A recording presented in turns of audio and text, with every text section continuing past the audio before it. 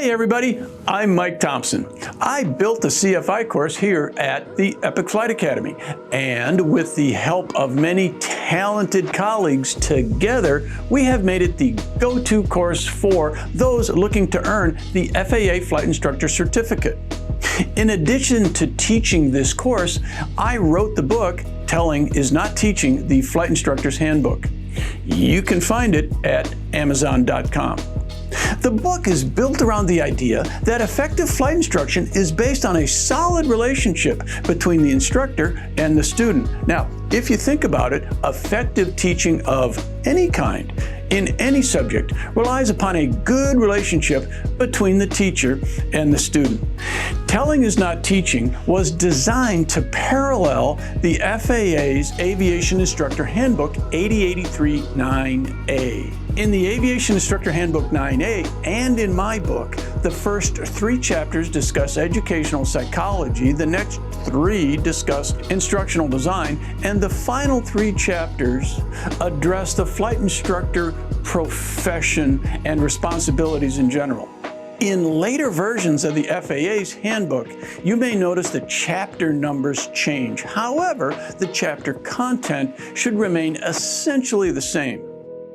Join me as I discuss each of the 9 chapters. I hope you find the book enlightening, and I sincerely hope it helps you develop as a teacher. Today, I'd like to introduce you to Chapter 4 in Telling is Not Teaching. Once we ask ourselves what it is that the learner needs, rather than what it is that we as teachers want to simply disseminate, then we move into the world of teaching and out of the world of just telling. We discussed this learner-centered approach in Chapter 2. There, we explored what it meant to be learner-centered and how to apply that 4-part learning cycle. In this chapter, I want to expand upon the use of that 4-part cycle, but now by looking at it from the perspective of the teacher. The art and science of teaching and the process of learning occur, of course, together. They are equally important, and as they occur together, this is a gift exchange. Starting with the learning cycle from the learner's perspective is the proper place to begin, because the learner is the whole reason for the process in the first place. Without a receiver, the learner, a gift is just something that you have.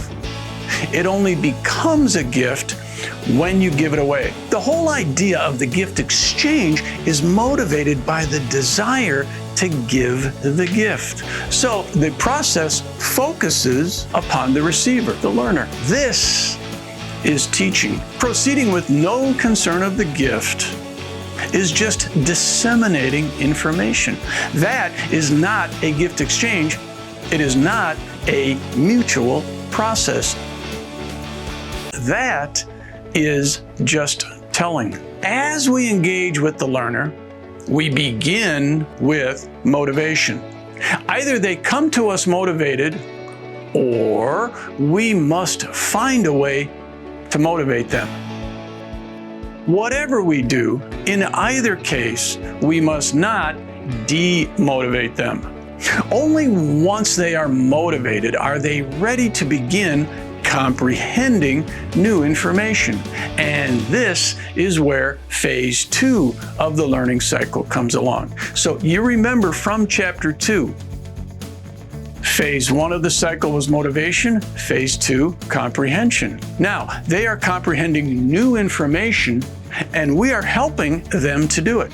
In Phase 2, we will explore the FAA's idea in the Aviation Instructor's Handbook of how learners acquire new knowledge. Now, before we overload the learner with new information and end up boring them to death, and we revert to becoming just tellers of information, again, we must give them a chance to work with that new material that they're working so hard to comprehend. This is part 3 of the learning cycle, where the learner gains experience and we support their new learning correctly through a process I call guided practice. Here is where we examine how to break the gridlock of wanting the learner to gain experience, but not wanting them to learn or practice the maneuver incorrectly. Well, we know they have to do it. We don't want them to do it wrong. What to do, how to break this gridlock. In Chapter 4 of Telling is Not Teaching, I will walk you through the application of each of the phases of the learning cycle. Now, in Stage 4, we guide the learner into actively engaging and using the new knowledge and skills they've gained. Does this mean that as the teacher, I am completely uninvolved in the learning cycle from this point forward? Well, join me in Telling is Not Teaching and find out. Would you like to discover more about what it means to really enter into this gift exchange of teaching and learning with your flight student? How to apply the different phases of the learning cycle from the teacher's perspective? How to use the proven technique of guided practice? Join me in exploring these ideas further. And at the end of the chapter, challenge yourself with the activity shown there. Find Telling is Not Teaching at Amazon.com.